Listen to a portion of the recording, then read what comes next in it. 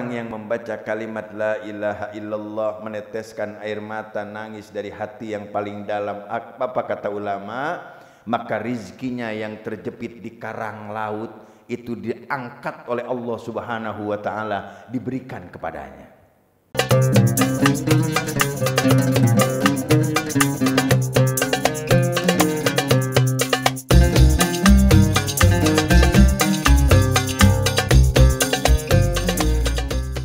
Bismillahirrahmanirrahim. Qala musannifu rahimallahu ta'ala wa nafa'ana bi ulumihi wa bi barakati fid darini amin. Qala an-nabiy sallallahu alaihi wasallam, ya Ali, wahai Ali, la tafrah, janganlah kamu selalu berpoya-poya.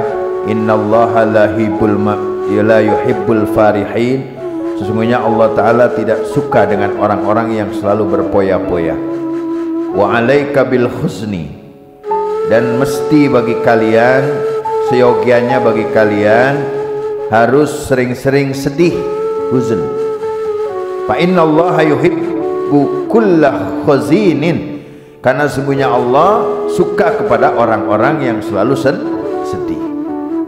Jadi Allah senangnya kepada orang yang sedih. Sedihnya kapan? Malam. Jangan sedih mulu, ketemu orang sedih curhat mulu, curhat. Jangan, itu mah nggak bagus. Maksud Allah sering sedih itu ketika sedihnya kepada Allah. Iyyaka na'budu wa iyyaka nasta'in. Jadi sedihnya sama Allah, sama orang mah gembira aja, kita senyum. Itu kan kemarin udah bicara kita hadisnya kan. Kalau orang Islam itu harus sering-sering senyum, walaupun hati kita lagi, waduh, pedihnya minta ampun, dikejar-kejar utang, duit habis, corona, kerja berhenti, senyum, lama-lama ketawa sendiri. Jadi jangan pernah kita selalu berpoya-poya. Arti berpoya-poya itu terlalu senang, lupa kepada ibadah.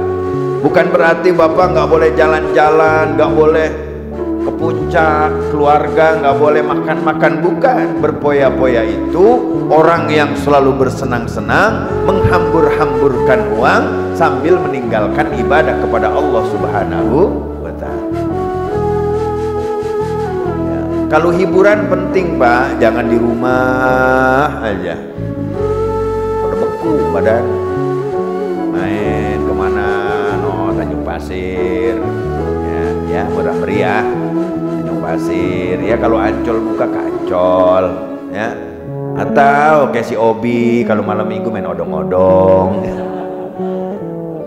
Odong-odongnya udah girang banget dia, ya, itu hiburan namanya, bukan poya-poya. Orang yang poya-poya itu ya menghabiskan uang ratusan juta dalam semalam, itu namanya orang poya-poya, terlalu berlebihan.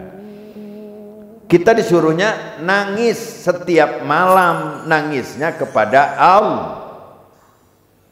Baca tuh, la ilaha illallah, la ilaha illallah. Baca tiap malam, pelan-pelan gitu, la ilaha illallah. Sambil sila habis sujud, ya, kita nangis sambil ucapkan itu. Masya Allah Pak, nikmat itu. Bokek juga nggak terasa. Bener, bokek pokoknya lapar juga. Toto panci dibetakin gitu. Duit belanja, zikir doang.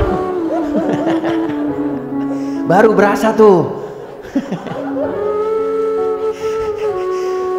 Coba deh Pak, tes. Bacanya jangan di dapur, diketok panci, di rumah. Malam hari sendiri, la ilaha illallah. Orang yang membaca kalimat la ilaha illallah, meneteskan air mata nangis dari hati yang paling dalam, apa kata ulama, maka rizkinya yang terjepit di karang laut itu diangkat oleh Allah Subhanahu wa ta'ala, diberikan kepadanya. Ini rizki-rizki kita nih yang lagi jomblo, ya kan? Ini banyak yang jomblo nih, ya, yang susah, yang ngeluh mulu, itu rezekinya lagi dijepit di akar laut, di karang laut, gak bekutik. Makanya begitu kita baca la ilaha illallah, nangis. Bacanya sambil nangis dalam posisi sendiri.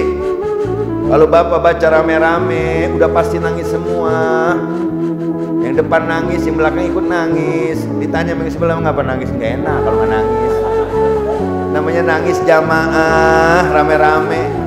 Coba kalau sendiri Pak, Masya Allah. Kalau kita sendiri mengucapkan la ilaha illallah sampai tidak menangis, berarti qaswatul qalbi. Hati kita ini udah keras. Kalau hati sudah keras nih Pak, dinasehatin tersinggung, ngaji tersinggung, sama guru tersinggung, bingung gua mah. Ngaji mau jangan berantem. Hati tersinggung, ya Allah, diajak enak nggak mau, diajak ngaji ogah, sholat berjamaah nggak mau, ada azan berkumandang diam aja, betul nggak? Itu qaswatul qalbi. Orang-orang puasa dia mah kagak, ngerokok aja, ngerokok mengopi. Itu orang udah qaswatul qalbi. Lalu kita bagaimana? Apakah kita sudah benar hati kita? Awas, hati-hati. Hati kita pun masih belum lempeng, masih keras di sini nih. Waktunya ngaji hujan nggak ngaji. Ada sini yang hujan nggak ngaji banyak, sisanya 10 orang. Udah gitu 10 orang besok sakit kagak ngaji yang 10 orang, bubar akhirnya. Ini masih qaswatul qalbi Pak kita. Hati kita ini masih keras.